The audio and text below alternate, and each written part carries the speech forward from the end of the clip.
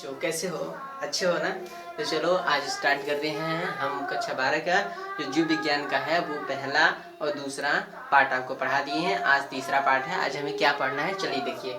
हम आपको बता दिए थे कि अलैंगिक जनन के प्रकार देखिए। पहला प्रकार हम पढ़ रहे हैं विखंडन। विखंडन का मतलब क्या है? विखंडन का मतलब है कि टूट कर अलग हो जाना। कोई भी एक कोश की जीव है वो टूट कर अलग हो जाता है। तो अलग कैसे हो रहा है? वो द्विविभाजन के हिसाब से हो रहा है कि बहुखंडन के हिसाब से हो रहा है। आगे चल के विखंडन जो है वो दो प्रकार से हो जाता है, द्विविभाजन और बहुखंडन। अब द्विविभाजन क्या है कि कोई भी एक कोश की जीव है वो दो भागों में टूटकर अलग हो जाए। कहते हैं ना, एक जनक कोशिका जब दो पुत्री कोशिकाओं में टूटकर अलग हो जाती है तो उसे द्विविभाजन कहते हैं। आपने लिख लिया ना? चलिए हमने बता दिया, आप समझ गए कि जब एक जनक कोशिका ये मान लेते हैं कि ये कोई कोशिका है, एक जनक कोशिका है, ये टूट कर दो पुत्री कोशिका में विभाजित हो गई तो इसे बोलेंगे हम, ये क्या है? द्विविभाजन है। अब ससुरा द्विविभाजन अगवा चल के तीन प्रकार का हो जाता है। चलो देखिए कैसे। अब द्विविभाजन का है कि अनियमित विभाजन है, अनुप्रस्थ विभाजन है, अनुदैर्घ्य विभाजन है। आप समझिएगा कैसे। देखिए अनियमित विभाजन का मतलब उसका कोई नियम नहीं है। अब जैसे यहाँ देखिए, ये कोई एक कोश की जीव है मान लेते हैं, ये भोजन ठूस लेस तनी से बड़ा भवा जहाँ से नहीं तहाँ से टूट गया, मान लो यहीं से टूट गया तो ये ऐसे ये इतना अलग हो गया, ये इतना अलग हो गया। अनियमित विभाजन, बिना नियम का विभाजन जो हो जाए वो अनियमित विभाजन कहलाता है। जब कोई एक कोश की जीव बिना किसी नियम के विभाजित हो जाए तो उसे अनियमित विभाजन कहते हैं।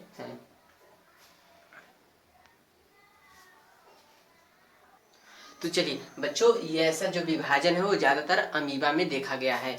ये कौन सा विभाजन? अनियमित विभाजन। ये अमीबा का चित्र है मान लीजिए। अनियमित विभाजन ज्यादा से ज्यादा किसमें होता है? किसमें? अमीबा में होता है। तो चलिए अब आगे देखते हैं आगे क्या है।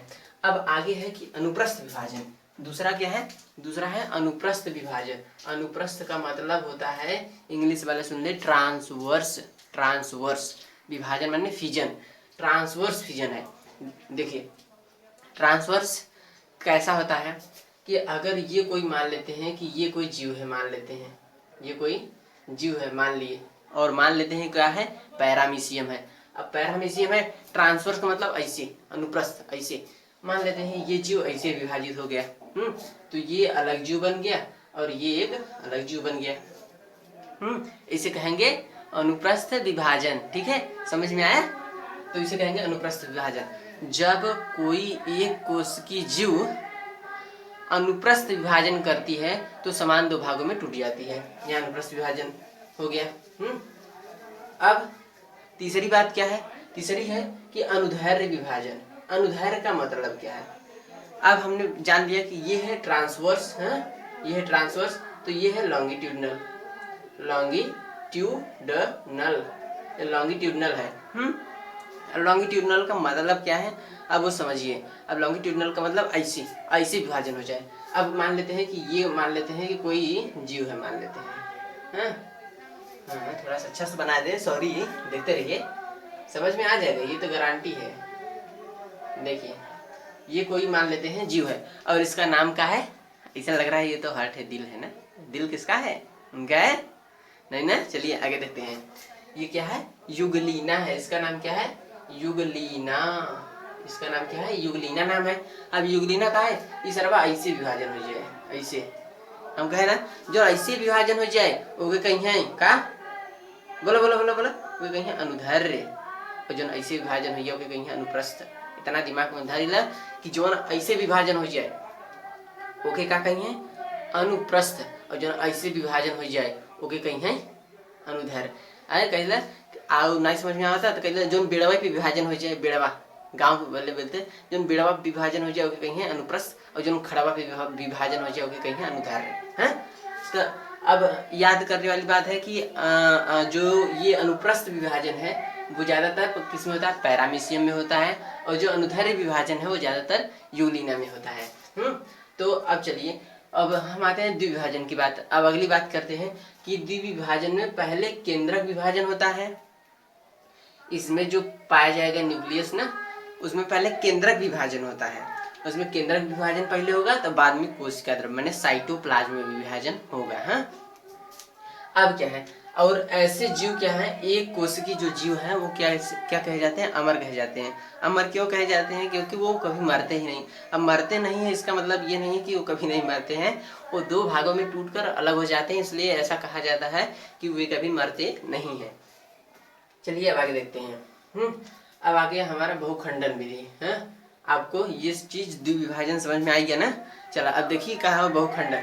बहुखंडन का मतलब कि जब एक जनक कोशिका कई बार माने बार बार विभाजन के फलस्वरूप हो रही है, बार बार विभाजन हो रही है। जब एक जनक कोशिका बार बार विभाजन हो रही है तो ऐसे विभाजन को बहुखंडन कहते हैं। ऐसे विभाजन को बहुखंडन कहते हैं। अब देखते हैं इसमें क्या है कि पेरेंट सेल बार बार विभाजन होकर अनेक डॉटर सेल बनाती है। मैंने बताया ना कि जो द्विविभाजन था इसमें एक जनक कोशिका दो पुत्री कोशिकाओं में विभाजित हो जाती थी, लेकिन बहुखंडन में ऐसा तो नहीं है ना। बहुखंडन में क्या है कि एक जनक कोशिका बार बार विभाजन होकर डॉटर सेल बना रही, पुत्री कोशिका बना रही है, तो वही क्या है, बहुखंडन है।